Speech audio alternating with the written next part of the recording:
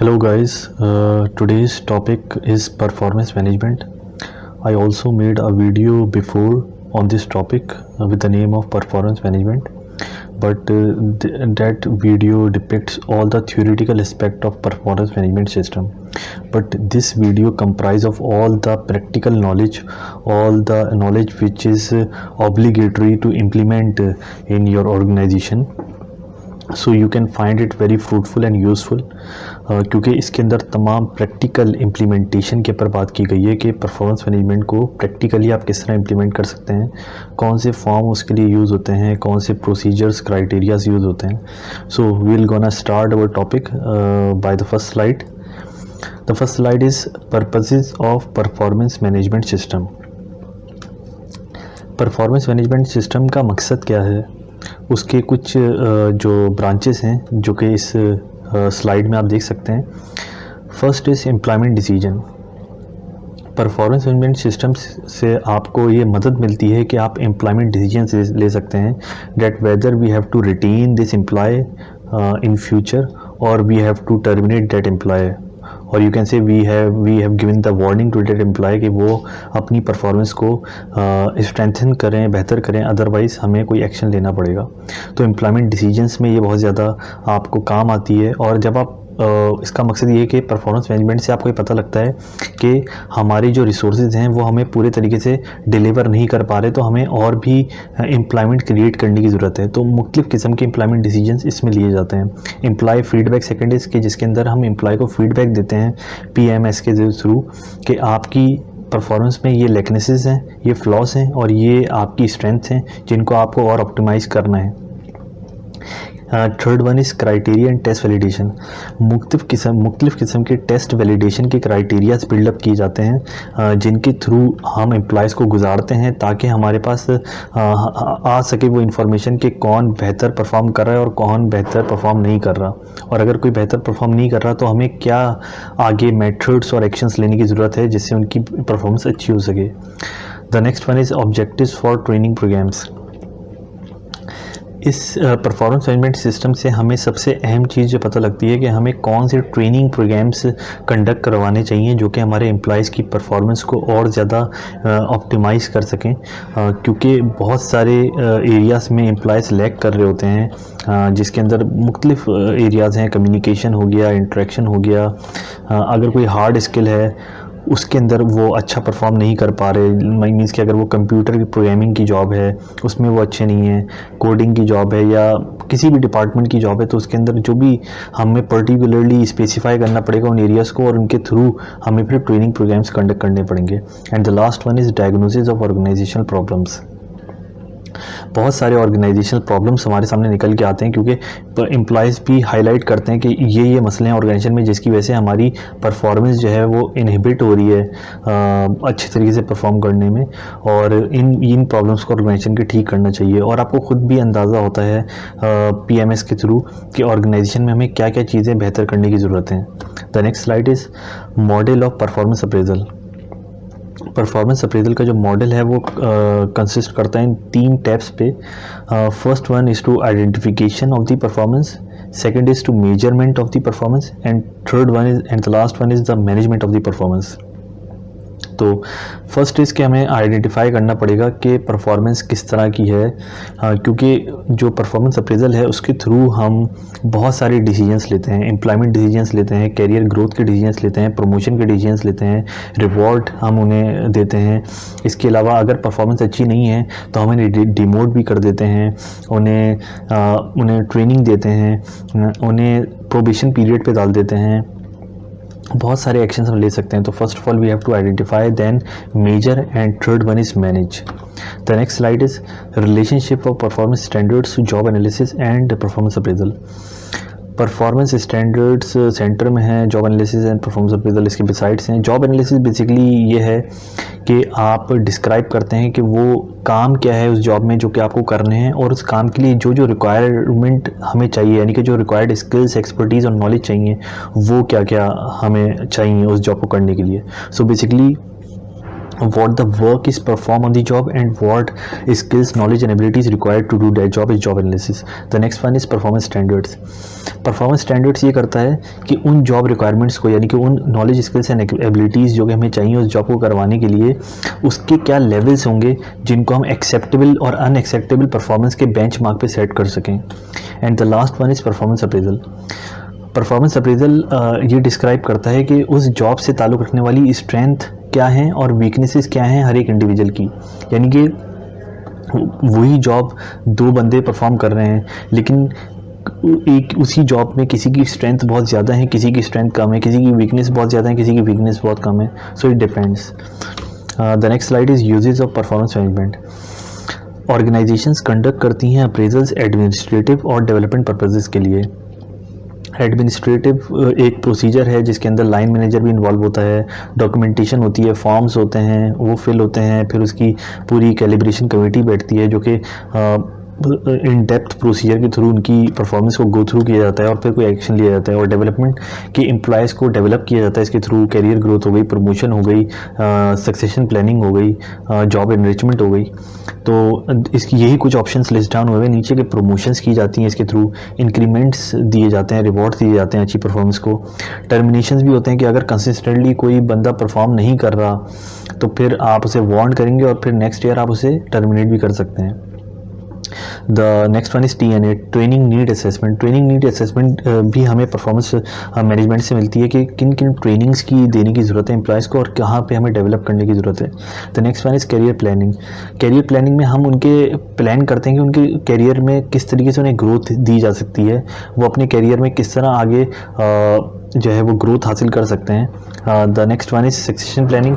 Succession planning is basically that we plan about a person हो जो कि consistently अच्छा परफॉर्मर है, तो हम फिर उसको मुख्तलिफ ट्रेनिंग्स देते हैं, उसको तैयार करते हैं नेक्स्ट जॉब को लीड करने के लिए, क्योंकि उसका कैलिबर इस लाइक है और वो क्वालिटीज़ और वो स्किल्स, एबिलिटीज़ और नॉलेज उसके अंदर हैं कि उसे नेक्स्ट लेवल पे लेके जाया जा सके. तो succession planning is all about that planning to give a success to an employee who do consistently good performance. The next one is transfers होते हैं. अगर एक बंदा एक जॉब में अच्छा परफॉर्म नहीं कर पा रहा तो दूसरे डिपार्टमेंट में ट्रांसफ़र किया जा सकता है, दूसरी जॉब पे ट्रांसफ़र किया जा सकता है. Job enrichment, the vertical expansion means के वही है कि it's very relevant to succession planning but on a narrow level. Succession planning is a very broader level. So job enrichment में ये होता है कि आप उसके वैरायटी ऑफ टास्क को भी बढ़ा देते हैं और उसकी जो इंटेंसिटी है, यानी कि जो उसके अंदर डिफ़िकल्टी है, चैलेंज है, वो भी बढ़ा देते हैं. तो ये भी सक्सेशन प्लानिंग को सपोर्ट करता है ताकि एम्प्लॉय को हम डेवलप करते हैं, ग्रूम करते हैं नेक्स्ट लेवल के लिए. जॉब रोटेशन, वही एक जॉब पे नहीं सेटिस्फाई हो रहा है, बोर्डम हो रही है, मोनोटोनस हो रही है उसे, तो हम उसे डाइवर्ट करते हैं दूसरी जॉब पे. Multi skill development is basically job enlargement. It's a horizontal expansion जिसके अंदर अगर बोर्डम है, वो उसको कोई ग्रोथ नज़र नहीं आ रही, वो परफॉर्म अच्छा नहीं कर पा रहा, तो हम उसके नंबर ऑफ टास्क को बढ़ा देते हैं, बट जो डिफ़िकल्टी लेवल है वो सेम रहता है. द लास्ट वन इज़ जो परफॉर्मेंस मैनेजमेंट में हम इंडिविजुअल परफॉर्मेंस को ऑर्गेनाइजेशनल गोल से ज़रूर अलाइन करते हैं, क्योंकि अगर ऑर्गेनाइजेशनल गोल से वो अलाइन नहीं होंगे तो वो कुछ ज़्यादा कंट्रीब्यूट नहीं कर पाएगा ऑर्गेनाइजेशनल सक्सेस में. द नेक्स्ट स्लाइड इज़ ये एक फॉर्म है जो कि परफॉर्मेंस रिव्यू का है. परफॉर्मेंस रिव्यू भी बहुत इम्पॉर्टेंट चीज़ है जिसके थ्रू हम ये गेज करते हैं कि जो हमारा एम्प्लॉय है वो अभी कहाँ पे स्टैंड कर रहा है, फ्यूचर में वो कहाँ पे पहुँच पाएगा और वो हमारे साथ रिटेन भी रह पाएगा या नहीं रह पाएगा. तो परफॉर्मेंस रिव्यू मुख्तलिफ चीज़ों से पे डिपेंड करता है, जैसे कि 3 मंथ आवरली एंड सैलरीड है, 6 मंथ आवरली एंड सैलरीड है, एनुअल, स्पेशल. तो इट डिपेंड्स कि आपने परफॉर्मेंस रिव्यू का टाइम पीरियड क्या रखा हुआ है, 3 महीने, 6 महीने, एनुअली पूरे साल या स्पेशल. अच्छा, प्रोबेशनरी एम्प्लॉय रिव्यू के लिए हम इसे रिकमेंड करते हैं कि अगर एम्प्लॉय को हमें रिटेन रखना है या नहीं रखना, क्योंकि अगर प्रोबेशनर पे हम जाएंगे तो येस करेंगे, नहीं होगा तो नो करेंगे. तो और रिव्यू पीरियड आप सेट करेंगे 3, 6 एनुअल. अच्छा, इसके अंदर एक और पॉइंट है कि हर जो एप्लीकेबल परफॉर्मेंस एरिया है उस पर उसमें हम टिक मार्क करेंगे तो 1 जो है वो अनएक्सेप्टेबल परफॉर्मेंस है, 2 के लिए नीड्स इंप्रूवमेंट है, 3 के लिए सेटिस्फैक्टरी है, 4 के लिए अबव एवरेज और 5 के लिए आउटस्टैंडिंग है।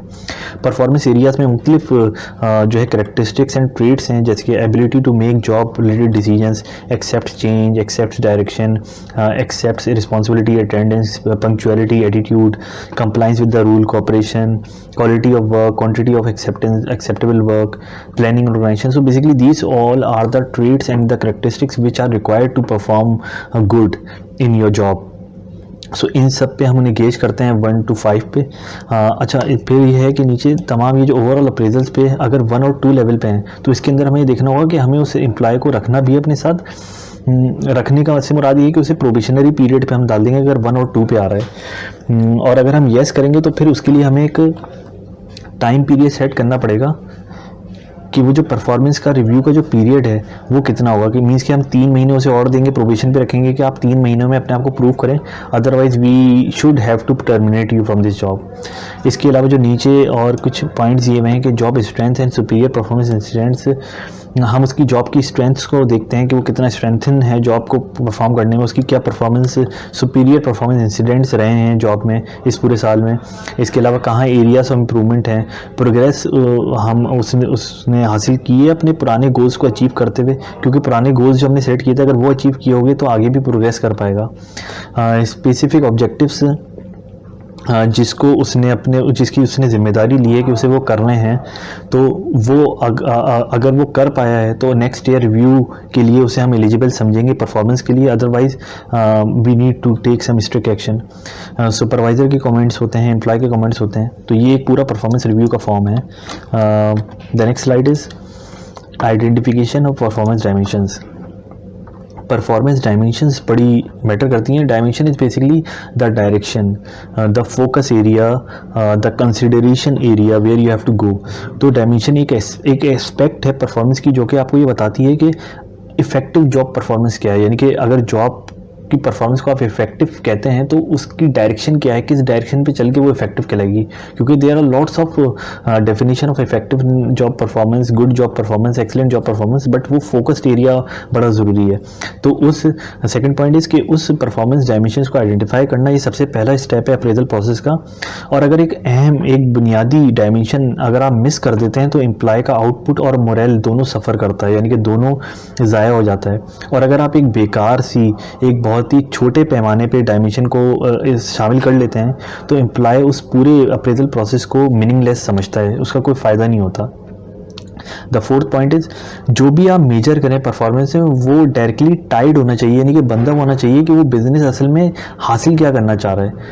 क्योंकि बिज़नेस अगर जो हासिल करना चाह रहा है वो उसकी परफॉर्मेंस में मेजर नहीं हो रहा तो अदरवाइज़ वो मीन्स डैट वो एम्प्लॉय कंट्रीब्यूट नहीं कर पा रहा, ऑर्गेनाइजेशन की सक्सेस में वो कंट्रीब्यूट नहीं कर पा रहा।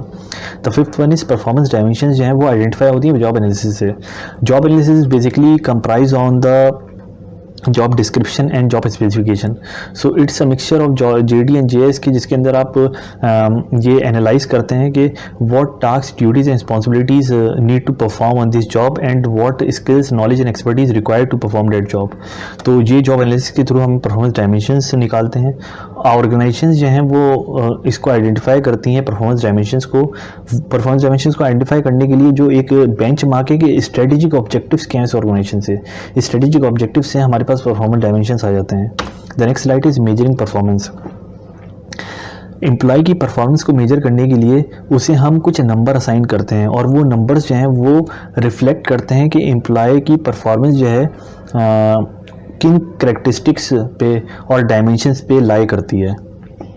The second point is technically numbers जो हैं वो रिलेट करते हैं रैंकिंग से, यानी कि एक्सीलेंट है, गुड है, एवरेज एंड पुअर है, तो वो नंबर्स को हम एक्यूमुलेट करते हैं और फिर एक रैंकिंग निकालते हैं excellent, good, average and poor. The third point is कि कभी कभार ये मुश्किल हो जाता है कि आप क्वांटिफाई करें किसी भी परफॉर्मेंस डायमेंशंस को, क्योंकि परफॉर्मेंस डायमेंशंस बहुत सारी होती हैं। लाइक क्रिएटिविटी को क्वांटिफाई करना काफ़ी मुश्किल हो जाता है, बट उसके इनिशिएटिव से, उसके एक्शन से, उसके रिजल्ट जो उसने प्रोड्यूस किए उससे आप उसकी क्रिएटिविटी को गेज कर सकते हैं। The next slide is sample trait skills.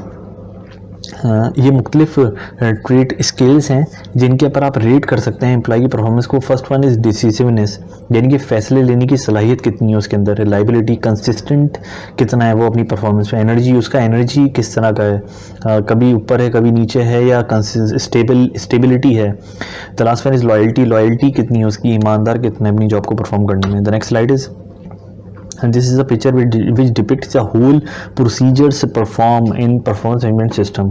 like इसके अंदर डिसीजन मेकिंग शामिल है, प्रोसीजर्स शामिल हैं, डॉक्यूमेंटेशन शामिल है, यूज़ आप इसे किस तरह करेंगे, रोल मैनेजमेंट का क्या होगा इस पूरे प्रोसेस को करने में, और क्राइटेरिया ऑफ परफॉर्मेंस आपने क्या रखे हुए हैं, बेंचमार्क क्या रखे हुए हैं जिसके थ्रू आप गेज कर रहे हैं परफॉर्मेंस को। द नेक्स्ट स्लाइड इज़, अच्छा, गोल्स बड़े इंपॉर्टेंट होते हैं क्योंकि गोल्स के बिना परफॉर्मेंस को गेज इसलिए नहीं कर सकते क्योंकि सबसे पहले आप गोल्स रखते हैं एम्प्लॉय के सामने, उन गोल्स को अचीव करता है तो उसकी परफॉर्मेंस अच्छी से, परफॉर्मेंस मेजर उन्हीं गोल्स पे होती है। फिर वो स्टैंडर्ड हैं गोल्स जो उसने अचीव किए हैं जो या वो बिलो स्टैंडर्ड हैं, तो फिर उसके ऊपर हम उसे आगे प्रोस्पेक्ट करते हैं उसकी परफॉर्मेंस को। तो कॉर्पोरेट गोल्स, सबसे पहले तो हमें कॉर्पोरेट गोल्स डिज़ाइन करने होंगे, उससे डिपार्टमेंटल गोल्स आते हैं, उससे इंडिविजुअल गोल्स आते हैं। ये तीनों मिलके हमें एक्यूमुलेटेड फॉर्म में टारगेट गोल्स देते हैं परफॉर्मेंस के, जो कि डिपार्टमेंट्स के हो गए, इंडिविजुअल्स के हो गए। फिर इससे हम KPIs यानी कि की परफॉर्मेंस इंडिकेटर निकालते हैं। की परफॉर्मेंस इंडिकेटर से हम know how skills and attitude, her job के लिए क्या क्या know how skills and attitude चाहिए, और नो हाउ स्किल्स एटीट्यूड से हम जो आगे निकालते हैं वो कॉम्पिटेंसीज़ जो कि हमें चाहिए एक बंदे में उस जॉब को करने के लिए, और किस किस्म के बिहेवियर हमें चाहिए उस जॉब को करवाने के लिए। The next slide is know how. What is know how? Know how is basically the knowledge which depends on worldly knowledge and specific to job knowledge. Second is skill.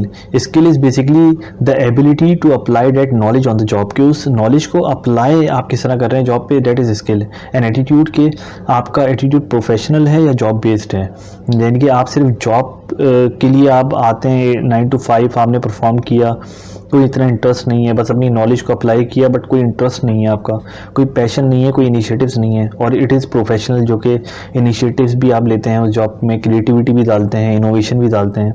सो फिर इन तीनों factor से हमारे पास performance management आती है, उससे performance management से हमारे पास फिर रिवॉर्ड्स आते हैं, रिवॉर्ड से फिर हम ट्रेनिंग एंड डेवलपमेंट को निकालते हैं कि कहाँ हमें ट्रेन करना है और कहाँ डेवलप करना है, और फिर आखिर में हमारे पास कैरियर और सक्सेशन प्लानिंग आती है। The next slide is the appraisal interview. Complete करने के बाद परफॉर्मेंस रेटिंग को सुपरवाइजर जो है वो कंडक्ट करते हैं एक इंटरव्यू एम्प्लॉय के साथ ताकि उसे फीडबैक दे सकें। द सेकेंड इज़, जब मनी, जब जो आपका जब पैसा दांव पे लगा हो तो मैनेजर जो है वो इस टास्क को जो कि अप्रेजल का है उसे बड़ा सीरियसली परफॉर्म करते हैं और फीडबैक भी देते हैं, क्योंकि पैसा इसलिए भी इन्वॉल्व है कि आप उसकी तनख्वाह जो जिसका आप परफॉर्मेंस अप्रेजल कर रहे हैं उसकी तनख्वाह में आप कितना इजाफा करेंगे, और क्योंकि वो जो आप इजाफा करेंगे वो आपकी डेफिनेटली परफॉर्मेंस की जो परफॉर्मेंस मैनेजमेंट की जो बजट है उससे डिडक्ट होगा। तो पैसा जहाँ इन्वॉल्व होता है वहाँ आपको सीरियसनेस शो करनी है, फीडबैक देना है, और अगर आप उसकी सैलरी नहीं बढ़ा रहे, इतने अच्छा नहीं बढ़ा रहे, तो भी जस्टिफाई करना होगा सीरियसली होके कि इन वजूहात की वजह से हम नहीं बढ़ा पा रहे, ताकि वो नेक्स्ट ईयर और भी ज़्यादा मेहनत करे और अपने टारगेट्स को अचीव करके एक अच्छा पे बैक आपसे ले सके।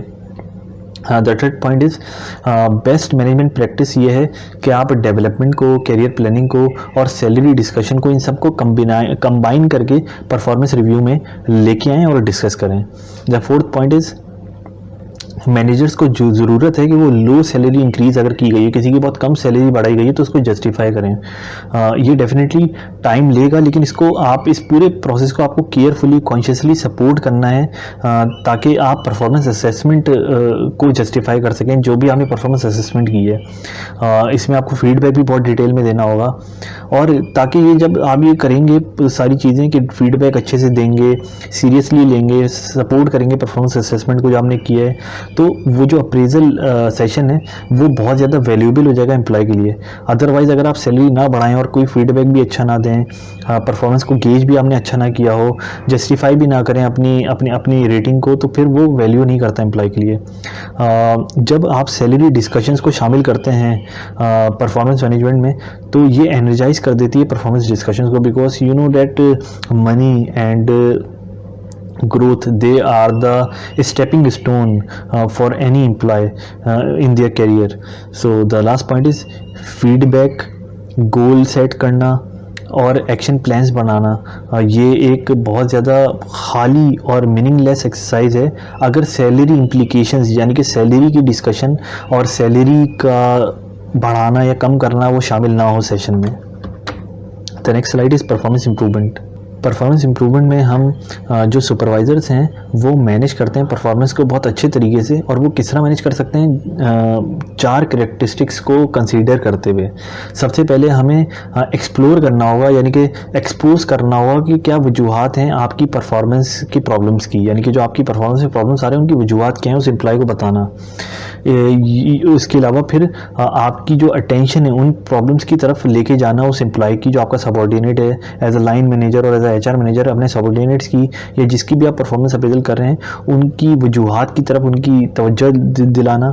फिर एक एक्शन प्लान बनाना और एम्पावर करना वर्कर को कि वो भी एक सोल्यूशन ला सके, वो खुद भी सोल्यूशन बता सके कि वो किस तरह परफॉर्मेंस को ठीक कर सकता है और आप भी सोल्यूशन लेके आएँ और इसके लिए एक एक्शन प्लान बनाएं। द लास्ट वन इज़ कि आपको कम्युनिकेशन करते रहना है मुस्तकिल परफॉर्मेंस को लेके और उसे फीडबैक भी देते रहना है बार बार, ताकि वो अपनी परफॉर्मेंस को खुद भी गेज करता रहे। The second is 360 degree feedback.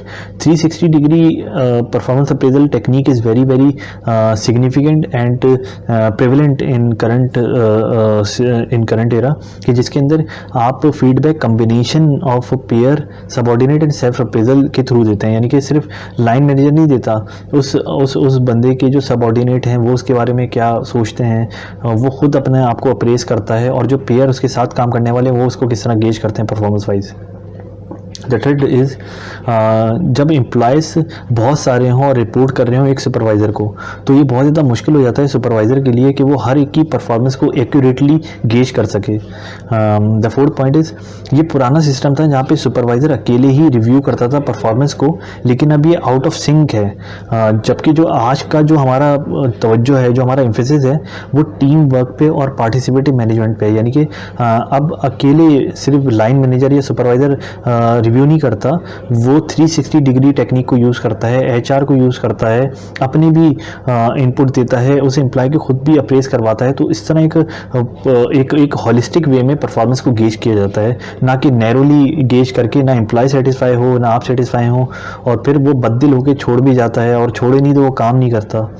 The last one is feedback जो कि सिर्फ एक सोर्स से आ रही हो किसी एम्प्लॉय की परफॉर्मेंस के हवाले से, उसे आप फॉरगेट एंड फॉर ग्रांटेड कर सकते हैं, बट अगर एक मैसेज किसी के हवाले से बहुत सारी सोर्सेज से आ रहा हो तो उसे आप इग्नोर नहीं कर सकते। यानी कि अगर किसी के बारे में मिल रहा है कि उसकी कम्युनिकेशन स्किल्स सही नहीं है, उसके टेम्परामेंट के इश्यूज़ हैं, और ये उसके सबऑर्डिनेट से, पेयर से, उसके जो बॉस से अगर ये आ रहे हैं, तो इसको we can't ignore that, however that person is very good in performing the job. तो the next slide is performance management process. Performance is equal to what plus how. What plus how को हम explain करेंगे आगे की slides में। सबसे पहले plan. First of all you need to plan about the performance rate, what type of performance you want from your employees. उसके लिए गोल सेटिंग बड़ी ज़रूरी है, और डेवलपमेंट प्लानिंग यानी कि प्लान करना डेवलप करने के लिए वो बड़ा ज़रूरी है। तो planning, goal setting and development planning में हम फॉर्म सबसे पहले लेते हैं जो कि शॉर्ट, कंसाइज, प्रिसाइज होता है। सिंपल फॉर्म होता है, कंप्राइज ऑन 4 पेजेस। उसके अंदर सेकंड इज़ कि हम स्मार्ट गोल्स डिज़ाइन करते हैं, जिससे हम वो ऐसे गोल्स होते हैं जो कि 100% अचीवमेंट लेके आ सकें परफॉर्मेंस में। And those smart goals depend on number 1 goals. Goals में रिस्पॉन्सिबिलिटीज़ आप उसे क्या एलोकेट कर रहे हैं, टास्क क्या एलोकेट कर रहे हैं, और प्रोजेक्ट्स क्या असाइन कर रहे हैं। सेकंड इज़ कॉम्पिटेंसीज आपको क्या रिक्वायर्ड हैं। डेवलपमेंट प्लान मीन्स कि वो अपनी करंट जॉब परफॉर्मेंस को बेहतर करे, और करियर डेवलपमेंट वो अपने फ्यूचर करियर रोल्स के लिए भी मेहनत करे, ताकि फ्यूचर में उसके करियर को अपग्रेड और अपडेट किया जा सके। थर्ड इज़ इफेक्टिवली लोगों को मैनेज करना और उन्हें डेवलप करना, ये एक परफॉर्मेंस गोल होगा पर मैनेजर्स के लिए। Fourth one is individual goals को ऑर्गेनाइजेशनल गोल से लिंक करना। And the last one is, और एक ईयरली गोल जो हम डिफ़ाइन करेंगे उसको भी हम एक्सरसाइज करते हैं सीनियर मैनेजमेंट टीम के साथ। मीन्स के जो हमारी सीनियर मैनेजमेंट टीम है उसके लिए ईयरली गोल्स क्या हैं उनको भी हमें डिफ़ाइन करना पड़ेगा, उन्हें हम एक्सक्लूड नहीं कर सकते। The next slide is plan the big picture. देखिए इसके अंदर ऑर्गेनाइजेशन है, लेफ्ट कॉर्नर पे ऑर्गेनाइजेशन से डिपार्टमेंटल ऑब्जेक्टिव्स निकल के आते हैं और departmental objectives then produce individual performance plan. उसके अंदर ये होता है कि जॉब रिक्वायरमेंट्स, जॉब स्पेसिफिकली कि जॉब से क्या रिक्वायर्ड है हमें, एनुअल गोल्स जो हम कहेंगे, एनुअल गोल्स में कि आप क्या कर सकते हैं इस जॉब में, ठीक है, एंड पर्सनल डेवलपमेंट ऑब्जेक्टिव्स कि आप किस तरह कर सकते हैं। यानी कि एक तो आप जॉब रिक्वायरमेंट्स में कि आप क्या कर सकते हैं अपनी जॉब के गोल्स को अचीव करने के लिए, और पर्सनल डेवलपमेंट ऑब्जेक्टिव्स कि आप किस तरह कर सकते हैं ताकि आपके गोल्स अचीव हों। The next slide is now after plan there is a second option of do, not the option, the fundamental characteristics of the performance management process do, जिसके अंदर हम मॉनिटर करते हैं और मैनेज करते हैं परफॉर्मेंस को। मॉनिटर और मैनेज परफॉर्मेंस करने में आपको फीडबैक देनी होती है, कोच करना होता है और डॉक्यूमेंट करना होता है परफॉर्मेंस को थ्रू आउट द ईयर कि क्या क्या अचीवमेंट्स उसकी रहीं और क्या क्या फेलियर उसके रहे।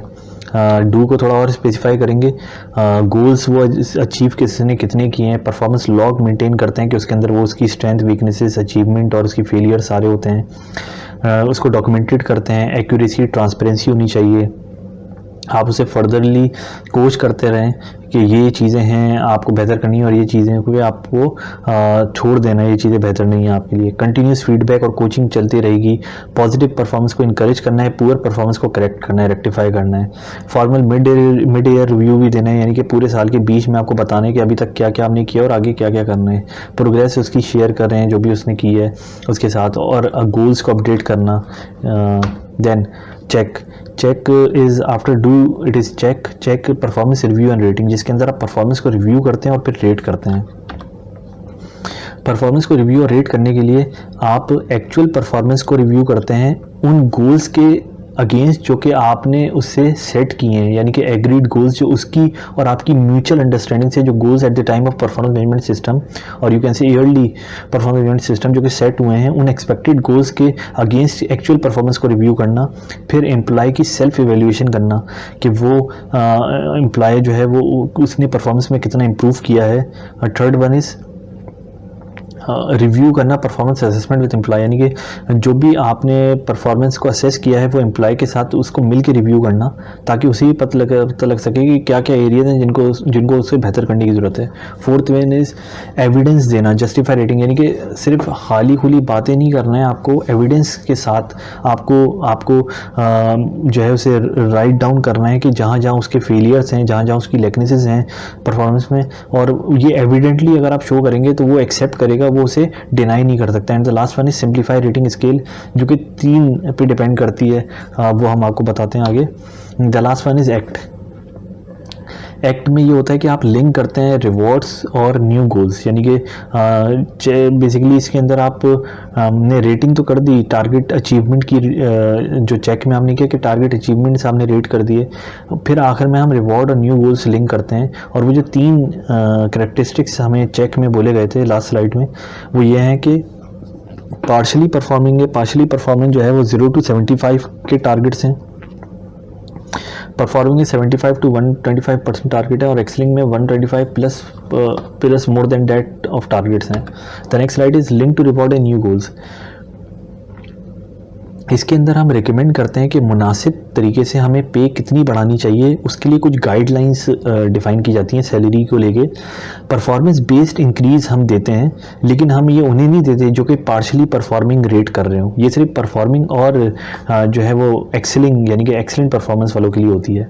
The next point is promote करते हैं एम्प्लॉय को नई पोजीशंस के लिए और करियर पाथ के लिए, अगर हमें लगता है कि हाँ वो डिज़र्व करता है।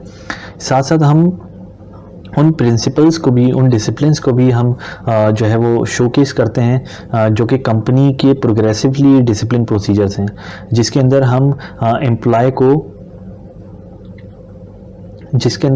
को रेट करते हैं अगर पार्शली परफॉर्मिंग 2 साल तक कंसिस्टेंटली, तो फिर हमें इसे टर्मिनेट करना पड़ेगा। 1 साल अगर पार्शली परफॉर्मिंग है तो हम इसे छोड़ देंगे, फॉरगो कर देंगे। बट अगर 2 साल तक कंसिस्टेंटली कॉन्करेंट ईयर्स में वो पार्शली परफॉर्म करता है, so we need to take a step of termination of that employee. The next slide is link to reward. Link to reward को हम थोड़ा सा और डिफ़ाइन करेंगे। सबसे पहले आप क्लियरली डिफरेंशिएट करेंगे परफॉर्मेंस में 3 बकेट्स में। First is excelling 125+%, second is performing 75 to 125% and third one is partially performing 0 to 75%। जो हेड ऑफ डिपार्टमेंट्स हैं उनको आप ये मुहैया करेंगे, इम्पार्ट करेंगे, प्रोवाइड करेंगे ये फ्लेक्सिबिलिटी और कंट्रोल के वो खुद से डिटरमाइन कर सकें, फैसला कर सकें कि जो पे इंक्रीजेस की जो रेंज है वो कितनी वो रखना चाहें, वो कितनी ज़्यादा पे को इंक्रीज़ करें रेंज को, या वो कितनी कम करें। तो इस हवाले से आपको फ्लेक्सिबिलिटी देनी होगी HODs को।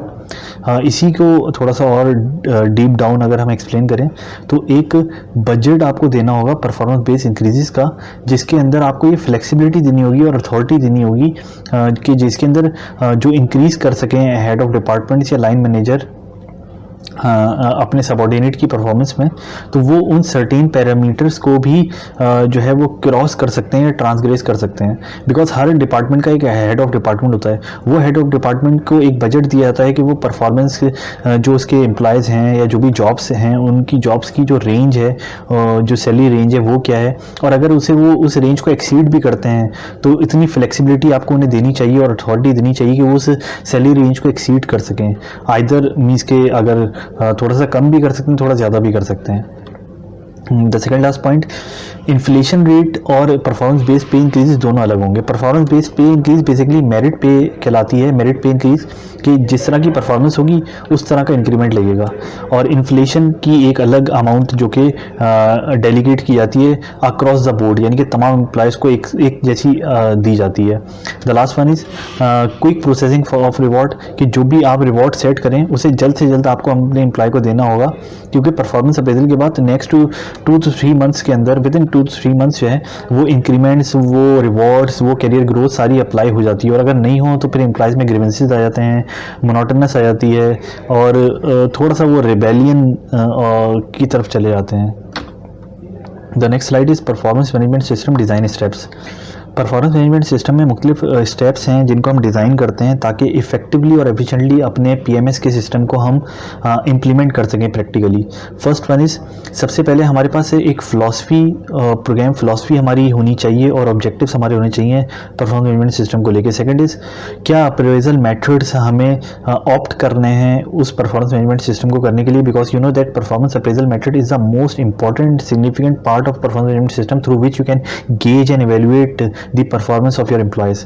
Third one is, core competencies हमें डेवलप करनी होंगी, क्या कॉम्पिटेंसीज हमें चाहिए स्टैंडर्ड जो हमने सेट किए हैं और एक्सपेक्टेड हैं। The fourth point is, performance criterias क्या होंगे। परफॉर्मेंस क्राइटेरियाज आपके गोल्स और आपके जॉब स्टैंडर्ड से क्लैरिफाई और आइडेंटिफाई होते हैं। The fifth point is, procedures और फॉर्म्स जो हैं वो आपको डिज़ाइन करने होंगे। सुपरवाइजर्स जो कि लाइन मैनेजर हैं, जो कि परफॉर्मेंस को जो है वो लीड कर रहे हैं, गेज कर रहे हैं, वैल्यूएट कर रहे हैं, उनको ट्रेन करना कि किन क्राइटेरियाज पे वो परफॉर्मेंस को गेज कर रहे हैं या वैल्यूएट कर रहे हैं। The second last point, communicate appraisal process to employees, यानी कि जो भी आपका अप्रेजल प्रोसेस होगा वो आपको अपने एम्प्लॉयज़ से कम्युनिकेट करना होगा। यानी कि जिस तरीके से भी, जिस मेथड को लेके आपने परफॉर्मेंस को अप्रेज कर रहे हैं, आप अप्रेजल प्रोसेस कर रहे हैं, वो एम्प्लॉयज़ को ज़रूर कम्युनिकेट करना है ताकि उनके कोई ग्रीवेंसेस या उनके कोई क्वेश्चंस ना हो आपकी मतलब आपकी तरफ से। द लास्ट पॉइंट इज़, आपको कंसिस्टेंटली मॉनिटर करते रहना होगा परफॉर्मेंस को थ्रू आउट द ईयर ताकि कंटिन्यूस इम्प्रूवमेंट आपको मिलती रहे, क्योंकि अगर परफॉर्मेंस को आप मॉनिटर नहीं करेंगे तो आप किस तरीके से बाइफरकेट कर पाएंगे स्टैंडर्ड परफॉर्मेंस को और एक्चुअल परफॉर्मेंस को। और जब आप मॉनिटर करेंगे और फिर उनका आप कम्युनिकेट करेंगे तो वो कंटिन्यूसली इम्प्रूव करेंगे। The next slide is requirements for success. The heading is requirement for success and it comprises on 3 headings. First one is performance management process.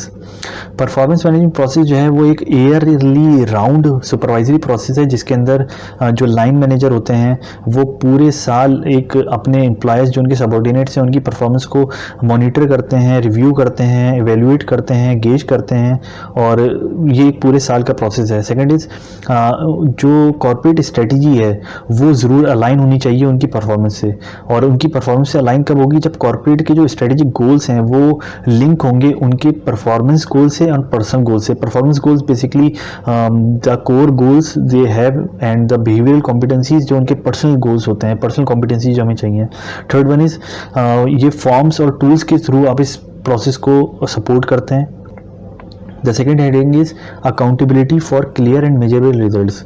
आपको अकाउंटेबल रहना होगा, जो भी क्लियर और मेजरेबल रिजल्ट्स आपको चाहिए अपने एम्प्लॉयज़ से, तो उसके लिए सबसे पहले स्मार्ट गोल्स आप सेट करेंगे। स्मार्ट गोल्स कोर होते हैं और जॉब स्पेसिफिक होते हैं। कोर जो कि उस जॉब की रिक्वायर्ड गोल्स हैं और उस जॉब से जो आउटकम्स आपको चाहिए वो जॉब स्पेसिफिक गोल्स हैं। सेकेंड इज बिहेवियरल कॉम्पिटेंसीज में भी कोर यानी कि उस जॉब की रिक्वायर्ड जो बिहेवियर आपको चाहिए, जो कॉम्पिटेंसीज चाहिए, और फिर आपको जो पर्सनली जॉब स्पेसिफिक और साथ साथ जो पर्सनली आपको बिहेवियर्स और कॉम्पिटेंसीज चाहिए ताकि आप और ज़्यादा ग्रो कर सकें। 3 पॉइंट रेटिंग स्केल के थ्रू हम इन्हें गेज करते हैं। मिनिमाइजिंग सब्जेक्टिविटी, सब्जेक्टिविटी कम से कम रखनी चाहिए। नैरेटिवली सब्जेक्टिवली चीज़ों को इन डिटेल बताना, बड़े बड़े पैराग्राफ्स लिखना, इसकी ज़रूरत नहीं है। इसको जितना परफॉर्मेंस को उनके फॉर्म्स को डॉक्यूमेंटेड तौर पर आप लेके आएंगे और वो क्वान्टिफाइड मैनर में होने चाहिए, यानी कि रेटिंग स्केल्स 1 2 3 एक्सीलेंट, गुड और पुअर, तो वो ज़्यादा इम्पैक्टफुल होते हैं as compare to subjective evaluating of performance. The last one is reward for performance. जो भी परफॉर्मेंस हो उसको आप रिवॉर्ड करेंगे बिकॉज परफॉर्मेंस ड्राइव पे। तो 3 किस्म की रिवॉर्ड होते हैं जिनके थ्रू हम ड्राइव करते हैं पे को। Adjustment, increment and bonus. Adjustment is like market adjustment कि सैलरी को हमें कितना बढ़ाना है, कितना कम करना है या कितना रखना है। इंक्रीमेंट कितना इंक्रीज़ करना है सैलरी में, और बोनस क्या हमें उन्हें एलोकेट करने हैं। The next slide is performance management process. It is a year around supervisory process, depends on plan, coach and review.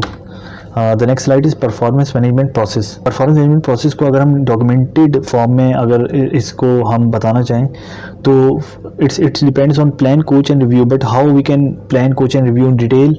First one is develop performance agreements. Performance agreements आपको develop करने होंगे जो कि इनलिस्ट हैं initial performance planning discussion, यानी कि at the beginning of the year आपको performance planning discussion करनी होंगी कि क्या एक्सपेक्टेड रिजल्ट्स आपको चाहिए, किस तरह की परफॉर्मेंस आपको चाहिए, क्या गोल्स आपको अचीव करवाने हैं अपने सबऑर्डिनेट्स और अपने एम्प्लॉयज़ से। फिर आप ड्राफ्ट करेंगे उन परफॉर्मेंस और बिहेवियर गोल्स को in a written form, documented form. फिर एग्री करेंगे पर्सनल डेवलपमेंट प्लान, यानी कि उस एम्प्लॉय से पर्सनल डेवलपमेंट प्लान बनाते हैं कि वो भी एग्री हो उन गोल्स पे, आप भी एग्री हो, और उनको किस गोल्स को किस तरीके से on which way to adapt this goals, वो सारा पर्सनल डेवलपमेंट प्लान में आता है। फिर manager and employee sign off करते हैं। Then after some months conduct mid year review, यानी कि साल के बीच में मिड ईयर रिव्यू किया जाता है जिसके अंदर उन्हीं परफॉर्मेंस एग्रीमेंट जो आपने सेट किए थे गोल्स उनको रिव्यू किया जाता है, उन्हें रेट किया जाता है। पर्सनल डेवलपमेंट प्लान्स जो आपने सेट किए थे उनको रिव्यू किया जाता है। डिस्कशंस होती हैं उनके अंदर, कुछ जो है वो डिस्कशंस होती हैं और उनके अंदर कुछ मॉडिफिकेशन करते हैं कि क्या चीज़ें हमें बेहतर करनी है या जो हमने नहीं लिखी थी बिगिनिंग ऑफ द ईयर उनको ऐड कर लेते हैं, या क्या चीज़ों की ज़रूरत नहीं है उन्हें आप रिमूव कर देते हैं। परफॉर्मेंस इंप्रूवमेंट प्लान्स आप बनाते हैं कि अभी तक जो मिड ईयर में यानी कि 6 मंथ्स में बाय एनुअली जो परफॉर्मेंस हुई है उसको और किस तरह इंप्रूव किया जा सकता है for the next 6 month. Manager and employee sign off करते हैं। Then conduct final performance review जिसके अंदर परफॉर्मेंस डिस्कशंस होती हैं, performance agreement, review and rating again होता है, कैरियर डिस्कशन होती है through career plan, and manager and employee sign off करते हैं। And the last one is conduct calibration process. Calibration process is basically this is the process where it is review by the next line managers, यानी कि आपका जो line manager है उसने आपकी performance को सबको रिव्यू कर लिया, बट जो हेड ऑफ द डिपार्टमेंट्स है उसके पास आपकी रिपोर्ट जाती है, वो सारे प्रोसेस को रिव्यू करता है और वो फिर अपनी कैलिब्रेशन के थ्रू आपको रेट करता है। वो आगे फिर एचआर के पास जाती है, उसके अंदर इंसेंटिव्स जो है वो एड ऑन जो किए हैं आपके हेड ऑफ डिपार्टमेंट्स में वो जो है वो एम्बेडेड कर दिए जाते हैं आपकी सैलरी में फ्रॉम द नेक्स्ट मंथ, और इस तरह फाइनल परफॉर्मेंस रेटिंग हो जाती है, साइन ऑफ होते हैं। एंड इसका जो क्रक्स है वो परफॉर्मेंस बेस्ड पे रिकग्निशन पे के तौर पर हमें मिलता है। यहाँ पे ये अप्रैल से स्टार्ट हो रहा है till June of the next year, but it depends, यानी कि आप जनवरी से स्टार्ट करें दिसंबर पे ख़त्म करें और नेक्स्ट जनवरी से परफॉर्मेंस बेस पे रिकग्निशन मिल जाए। तो इट डिपेंड्स कि आप, ये ज़रूरी नहीं है कि at the beginning of the year हो, ये अप्रैल मई में स्टार्ट हुआ है तो नेक्स्ट ईयर के अप्रैल मई में ख़त्म होगा, और फिर जून जुलाई से आपको अप्रेजल जो भी परफॉर्मेंस बेस पे इंक्रीज़ हुआ है वो आपकी सैलरी में ऐड ऑन हो जाएगा। The next slide is link every employee's performance goals and behaviors to corporate strategic goals. Employee के जो परफॉर्मेंस गोल्स होते हैं और बिहेवियर गोल्स होते हैं उनको आपको लिंक करना होगा कॉर्पोरेट स्ट्रेटेजिक गोल से। पहला है what and second is how. What work is done, how the work is done. What जो है वो आपका स्पेसिफिकली पर्टिकुलरली अलाइन होता है परफॉर्मेंस गोल से। परफॉर्मेंस गोल्स भी बाइफर्केट है दो कैरेक्टरिस्टिक्स में, core and job specific. Core में ऑपरेशनल परफॉर्मेंस एंड एफिशिएंसी है, कॉस्ट आपने रिड्यूस करनी है, एम्प्लॉय की सेटिस्फेक्शन होनी चाहिए, हेल्थ एंड सेफ्टी होना चाहिए। ये तमाम वो चीज़ें हैं जो कि आप उस जॉब के लिए जो गोल्स आपने सेट किए हैं वो क्या हैं, यानी कि उस जॉब को करने के लिए जो जो चीज़ें पे वो इस्तेमाल कर रहा है वो सारी अच्छी बेंचमार्क होनी चाहिए जिनके ऊपर वो एम्प्लॉय काम कर रहा है, और साथ साथ फिर जॉब स्पेसिफिक कि उन चीज़ों पे वो काम कर रहा है किस तरह कर रहा है और फिर उसमें किस तरह बेहतरी लानी है। This is the job specific goals. How the work is done, it's all about the behavioural competencies. ये भी बाइफर्केट हुई है दो कैरेक्टरिस्टिक्स में। कोर में कंटिन्यूसली इंप्रूव करना है उसको अपनी जॉब में, रिजल्ट ओरिएंटेड होना चाहिए, टीम वर्क के साथ पीपल मैनेजमेंट अच्छी होनी चाहिए, कोलैबोरेशन में काम करे। एंड जॉब स्पेसिफिक कि वो इनिशिएटिव्स कितने ले रहा है, टीम लीडरशिप है, एनालिटिकल थिंकिंग कैसी है, कम्युनिकेशन स्किल्स कैसी है, इंटरेक्टिव है, डिसीजन किस तरह से लेता है, ऑर्गेनाइज कितना है, डिसिप्लिन कितना है, पंक्चुअलिटी कितनी है। ये तमाम चीज़ें जो हैं वो बड़ी मैटर करती हैं। सुपरवाइजरी स्किल्स हो गई। So the next slide is performance agreement form. Performance agreement में हम ये एग्रीमेंट साइन होता है एक एम्प्लॉय और उसके लाइन मैनेजर के दरमियान कि किन गोल्स पे, एग्रीबल गोल्स पे आपको साइन करना है कि जिनको एम्प्लॉय को अचीव करके आपको देने हैं। What as I told you, core performance areas, job specific performance areas, ये 50% डिपेंड करता है परफॉर्मेंस पे। And how core behavioural competencies जो हमें चाहिए, जॉब स्पेसिफिक बिहेवियरल कॉम्पिटेंसी चाहिए, ये भी 50% डिपेंड करता है। गोल्स स्मार्ट होने चाहिए as I told you. Now KPI versus goal. KPI की परफॉर्मेंस इंडिकेटर, इसको एक्सप्लेन करना चाहें तो ये बेसिकली एक इंडिकेटर है कि आप अपनी जॉब रिस्पॉन्सिबिलिटीज़ जो आपको दी गई हैं उनको किस तरह से फुलफिल करते हैं। इसकी एग्जांपल ये है कि अगर आपको कोई रिक्रूटमेंट एक्टिविटी परफॉर्म करनी है तो उसको आपको फैसिलिटेट करना है। उनको फैसिलिटेशन को करने के लिए मेजरमेंट बेसिकली की जाती है इन क्वान्टिफाइड मैनर के टाइम टू फिल ओपनिंग, यानी कि कुछ जॉब्स अगर आपने ओपन की हैं तो उनको कितने महीने में आपको फिल करना है। 6 महीने का टारगेट दिया गया है। 6 महीने के अंदर अंदर 8 से 9 एवरेज आपको बंदे जो हैं वो रखने हैं। तो ये एक मेजरमेंट, एक क्वांटिफाइड जो है आपको गोल दिया गया है। और अगर गोल सब्जेक्टिवली हम बताएं तो 9 to 10 bring average time to fill down from 6 months to 4 months, यानी कि आपको गोल्स अचीव करने हैं। गोल्स आपको रिक्रूटमेंट की एक्टिविटी को परफॉर्म करने के लिए आपको गोल दिया गया है कि 6 से 4 महीने के अंदर अंदर आपको 8 से 9 बंदे रखने हैं।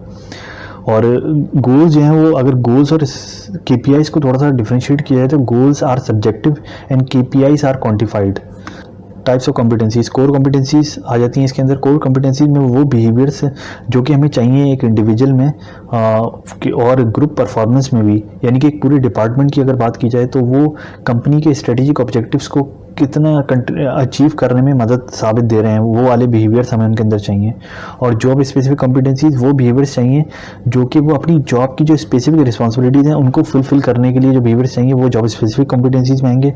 And as I told you that core competencies में कंपनी की जो स्ट्रेटेजी, यानी कि job specific competencies is a narrow perspective and core competencies are the broader perspective. The next slide is top performance do things differently. अगर कोई 2-3 बंदे एक ही job कर रहे हैं लेकिन उसमें से एक बंदा प्रमोशन भी हासिल करता है, उसकी सैलरी भी बढ़ती है, क्या वजूहत हैं, और वो एक एवरेज परफॉर्मेंस पे रहते हैं, उनकी सैलरी भी नहीं बढ़ती, उनका ग्रेड भी नहीं बढ़ता, उनका लेवल भी नहीं बढ़ता, तो उसकी वजूहत में हाउ पार्ट ज़्यादा प्ले करता है पार्ट, क्योंकि जॉब के इक्विपमेंट्स, जॉब के गैजेट्स जिन पे वो जॉब परफॉर्म करनी है, यानी कि computer, laptop, printer, scanner, you can say the IP phone, all the things you provide to in the same manner to all three guys, but one could exceed very excellently. Why? Because उसका how part बहुत ज़्यादा involve था। Initiatives लेना, communication skills, behaviour, humbleness, kindness, अपने जो goals उसको assign किए गए उनसे ज़्यादा आगे बढ़ के अचीव करना, अपनी पर्सनल एफर्ट बहुत ज़्यादा एक्सर्ट करना, तो एक्स्ट्रा टाइम देना। तो ये बेसिकली ये चार्ट ये दिखा रहा है कि बिहेवियर लेवल कॉम्प्लेक्सिटी है और in a vertical manner and horizontally frequency है, नेवर टू ऑलवेज। तो इनिशिएटिव्स जितने ज़्यादा लिए हैं और बिहेवियर लेवल कॉम्प्लेक्सिटी जिसकी ज़्यादा है, अगर कम है तो एवरेज परफॉर्मर है और उसका बिहेवियर भी अच्छा है उसकी और इनिशिएटिव भी लेता है तो आउटस्टैंडिंग परफॉर्मर कहलाती है। द नेक्स्ट स्लाइड इज 3 की एलिमेंट्स हैं जिनको हमें फोकस करना है जब हम परफॉर्मेंस गोल्स को डेवलप कर रहे हों या परफॉर्मेंस गोल्स को बना रहे हों। Goals, actions and KPIs. Goals, as I told you, are the subjective form, narrative form of you want to achieve your employees. Actions, that how you can convert those goals to achieve those goals, basically those narrative goals into practical reality, how you can achieve them. तो वो subjectively actions होते हैं. And the last one is measure, as I told you, KPIs are in a quantitative form कि quantify करते हैं आप कि भाई मुझे 1 नंबर, 2 नंबर, 3 नंबर इस तरह क्वान्टिफाइड करते हैं आप। तो इसकी एग्जांपल्स अगर हम देख लें नेक्स्ट स्टेप में कि turn around time basically to complete any task with an stipulated time is a turn around time. Turn around time को रिड्यूस करना है हमें, यानी कि कोई बिजनेस है उसका जो बजट हमने असाइन किया है उस बजट को, उसका जो बजट है उसको आपको यूज़ करना है और इसको 4 डेज से 2 डेज़ के अंदर यूज़ करके आपको इसे एलोकेट करना है मुख्तलिफ जगहों पे। इसको फिर हम एक्शन में लाएंगे तो रिव्यू करेंगे, अपडेट करेंगे, कम्युनिकेट करेंगे, फिर मॉनिटर करेंगे ये सारी चीज़ें। और फिर हमने KPIs में उसको बेंचमार्क कर दिया, क्वान्टिफाइड कर दिया कि 80% is a benchmark which you want to achieve, कि तमाम बजट इन्फॉर्मेशन रिक्वेस्ट जो हैं वो मेट होनी चाहिए 2 वर्किंग डेज़ में। The next slide is waiting performance goals. Performance goals की वेटेज बड़ी इंपॉर्टेंट है ताकि हम उनको आइडेंटिफाई कर सकें, उनको हम सिग्निफिकेंटली जो है वो इवेल्युएट कर सकें। परफॉर्मेंस गोल्स जो हैं वो वेटेड होते हैं इस हवाले से कि वो आपको बता सकें कि हर गोल की कितनी वैल्यू है in relative to the other goals, यानी कि 10%, 20%, 30%, यानी कि आपने एक एम्प्लॉय के लिए 10 गोल सेट किए लेकिन किसी को आपने 30% दिया, किसी को 20% दिया, किसी को 10%, यानी कि 30% जिस गोल को आप दे रहे हैं यानी कि उस गोल की सिग्निफिकेंस, उसकी वाइटलिटी बहुत ज़्यादा है एज़ कम्पेयर टू 10% जिसको हमने दिए हैं। कभी कभार एक ऑब्जेक्टिव बहुत ज़्यादा होता है, बहुत ज़्यादा अहम होता है और उसकी ज़रूरत बहुत ज़्यादा होती है, तो इसी तरह उससे हमें मतलब ये वेटिंग को रिफ्लेक्ट करता है कि गोल्स की क्या क्या अहमियत है। ये गोल्स जो हैं और जो इनकी परसेंटेज है ये आपको मदद देती है बताने में आपको भी और उस एम्प्लॉय को भी कि उसका टाइम और उसकी अटेंशन किस तरफ ज़्यादा होनी चाहिए। यानी कि अगर हमने किसी की कम्युनिकेशन स्किल्स को 30% दिया है और पंक्चुअलिटी को 10% दिया है तो कम्युनिकेशन स्किल्स पे उसे ज़्यादा काम करने की ज़रूरत है, उस पर टाइम देना, अपनी अटेंशन देना, कंसिडरेशन देना एज़ कम्पेयर टू 10% अगर पंक्चुअलिटी इतना नहीं भी अच्छा कर पाता। The second last point is as a rule of thumb के गोल्स जो हैं उनको जो आप वेट करते हैं वो इस तरह वेट करते हैं कि उनका जो अमाउंट ऑफ टाइम और एफर्ट जो आपको उनके ऊपर लगानी है ताकि आप आउटकम प्रोड्यूस कर सकें। तो जितना आप वेटेज ज़्यादा देंगे उतना ज़्यादा अमाउंट ऑफ टाइम और एफर्ट भी ज़्यादा लगाई जाएगी उन आउटकम्स को प्रोड्यूस करने के लिए, उन गोल्स को अचीव करने के लिए, और इससे उन आउटकम्स का इम्पैक्ट और इंपॉर्टेंस भी शो होती है कि 30% एज आई टोल्ड यू कि उसका इम्पैक्ट और इंपॉर्टेंस ज़्यादा है जॉब पे as compare to 10%। The final point is कि जो फाइनल वेटिंग्स हैं वो एग्रीड होनी चाहिए लाइन मैनेजर और डायरेक्ट रिपोर्टिंग में, यानी कि उस रिपोर्टिंग में और जो लाइन मैनेजर है उसके अंदर वो गोल्स और उनकी वेटेज एग्रीएबल होनी चाहिए, ना कि पंक्चुअलिटी को जो सबऑर्डिनेट है वो 30% दे रहा है, कम्युनिकेशन को 10% दे रहा है। It needs to be communicated agreeable and transparent. The next slide is feedback is essential. Goals को बाइफरकेट किया गया है 2 पार्ट्स में। First one is met not weight. Feedback अगर आप दे रहे हैं जिसके अंदर आप एम्प्लॉय को बता रहे हैं कि वो परफॉर्म अच्छा कर रहा है तो इससे एम्प्लॉय अपनी अच्छी परफॉर्मेंस को कंटिन्यू करता है। इसी तरह अगर आप एम्प्लॉय को बता सकें सेकंड टैब में कि अगर वो उसकी परफॉर्मेंस में क्या क्या कमियां हैं तो वो अपनी परफॉर्मेंस को बेहतर करने की कोशिश करता है। इन द सेकंड पार्ट जहाँ पे आप कोई फीडबैक नहीं दे रहे, यानी कि एम्प्लॉय को पता ही नहीं है कि वो अच्छा परफॉर्म कर रहा है तो उसकी परफॉर्मेंस गिरना शुरू हो जाती है। And the second tab is कि जिसके अंदर एम्प्लॉय को पता ही नहीं है कि उसकी परफॉर्मेंस डेफिशिएंसीज, परफॉर्मेंस लैकनेसेस क्या हैं तो उसकी परफॉर्मेंस और ज़्यादा गिर जाती है। The next slide is it's a depiction of a bell curve बहुत ज़्यादा अहम मेथड है जो कि परफॉर्मेंस मैनेजमेंट सिस्टम में यूज़ होता है, जिसके अंदर हम इसे 3 पार्ट्स में डिवाइड करते हैं। The left one is partially performing is the past performance, जिसके अंदर हम उसको देखते हैं कि अगर ये पार्शली परफॉर्मेंस है तो हम इसे रिवर्स प्रोबेशन पे डाल देते हैं, यानी कि कुछ महीनों का प्रोबेशन होता है। अगर उसके अंदर वो पार्शली परफॉर्मेंस से परफॉर्मेंस में आया था तो ठीक है, otherwise we go on the option of termination. Intensity for current job, यानी कि टर्मिनेशन की एक तलवार लटकती रहती है उसकी करंट जॉब में, अगर वो नहीं करेगा तो वो निकाल दिया जाएगा। इसमें 5 to 10% लोग लाए करते हैं। परफॉर्मिंग को ये जो है 2 पार्ट्स में डिवाइडेड है, potential for retention and present. Potential for retention में हम बेसिकली इसमें कंपनी सब्सिडाइज कर रही होती है एम्प्लॉय को, यानी कि इनके अंदर पोटेंशियल है आगे बढ़ने का, प्रोग्रेस करने का, इस वजह से हम इन्हें रिटेन करते हैं अपने साथ, और इनको हम ये ऑप्शन देते हैं कि वो 100% अपने पोटेंशियल को यूज़ करते हुए अपनी परफॉर्मेंस को ऑप्टिमाइज़ करें, ताकि हम इनकी रिटेंशन को जस्टिफाई कर सकें in front of the board, in front of the owner of the companies. तो इनको कंपनी सब्सिडाइज कर रही होती है, यानी कि कंपनी इनको फैसिलिटेट कर रही होती है कि वो हमारे साथ रह सकें। द नेक्स्ट वन इज़ ये जो है वो आपका लेस देन 75 पार्शली परफॉर्मिंग है, 75 to 100% पोटेंशियल फॉर रिटेंशन है। 100 to 125% वो हैं जो कि हमारे साथ प्रेजेंट में होते हैं, जो कि हम जिनको हम देखते हैं कि वो नेक्स्ट जॉब के लिए एलिजिबल हैं, उनके अंदर वो कैलिबर है कि वो नेक्स्ट जॉब पे जा सकें, वो हमारे साथ तरक्की कर सकें, प्रोग्रेस कर सकें। तो ये सब्सिडाइज कर रहे होते हैं कंपनी को, यानी कि कंपनी को कमा के दे रहे होते हैं, कंपनी के गोल्स अचीव कर रहे होते हैं, कंपनी के गोल्स को अचीव करने में अपना पार्ट प्ले कर रहे होते हैं। And the last one is more than 125%, they are the outstanding performance, यानी कि फ्यूचर लीडर्स होते हैं नेक्स्ट लेवल पे जाने के लिए, लीडरशिप रोल्स को करने के लिए, जैसे कि CEO हो गया, CFO हो गए, CHRO हो गए। तो ये मैनेजरियल स्किल्स इनके अंदर होती हैं, बट ये 25% पार्ट प्ले करते हैं। 25% होते हैं ये एम्प्लॉयज़, 60 to 70% ये बीच में होते हैं, और 5 to 10% बिल्कुल पार्शली परफॉर्मेंस में होते हैं। Inflation rate as you saw on the picture 4%, ये अक्रॉस द बोर्ड होती है तमाम एम्प्लॉयज़ के लिए, किसी भी कैटेगरी में फॉल करें 4% इन्फ्लेशन रेट सब पे इन्फ्लेशन इंक्रीज सब पे लगता है। फिर 6% उनको हम इंक्रीज़ करते हैं जो कि पोटेंशियल फॉर रिटेंशन होते हैं, और 16% हम उन्हें करते हैं जो कि हमारे साथ मतलब 100 से 125% के गोल्स अचीव कर रहे हैं, और जो मोर देन 125% है उनको हम 25% का इंक्रीमेंट देते हैं। It depends on the performance that how we increase the pay or the salary, so it needs to be compliance with the performance. The last slide is performance rating. Performance rating की categories 3 हैं, partially performing, performing, excelling. इसको अगर थोड़ा सा और subjectively मैं describe कर दूं, पार्शली परफॉर्मिंग में जो जॉब होल्डर है वो कंसिस्टेंटली मीट कर रहा होता है लेस देन 75% की परफॉर्मेंस को, और उससे जो एक्सपेक्टेशन को वो फुलफिल नहीं कर रहा होता, उसके गोल्स और उसकी बिहेवियरल कॉम्पिटेंसी सब लेस देन 75% होती है। परफॉर्मिंग में 75 to 125% के दरमियान में वो जो है वो लाई करता है, whether it is performance goals और बिहेवियरल गोल्स।